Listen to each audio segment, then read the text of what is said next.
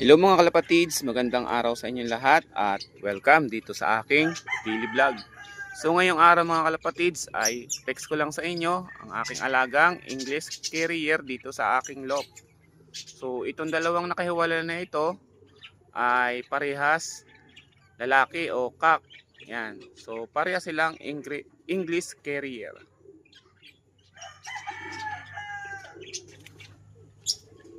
So, napakasulit mga kalapatids.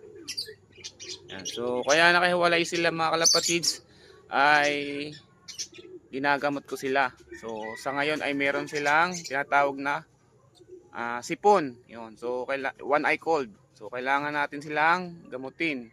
Pero hindi naman sila ganun kalubha. Kailangan lang silang agapan. Yan. So hanggang dito na lang mga kalapatids. Happy fly high. Bye bye.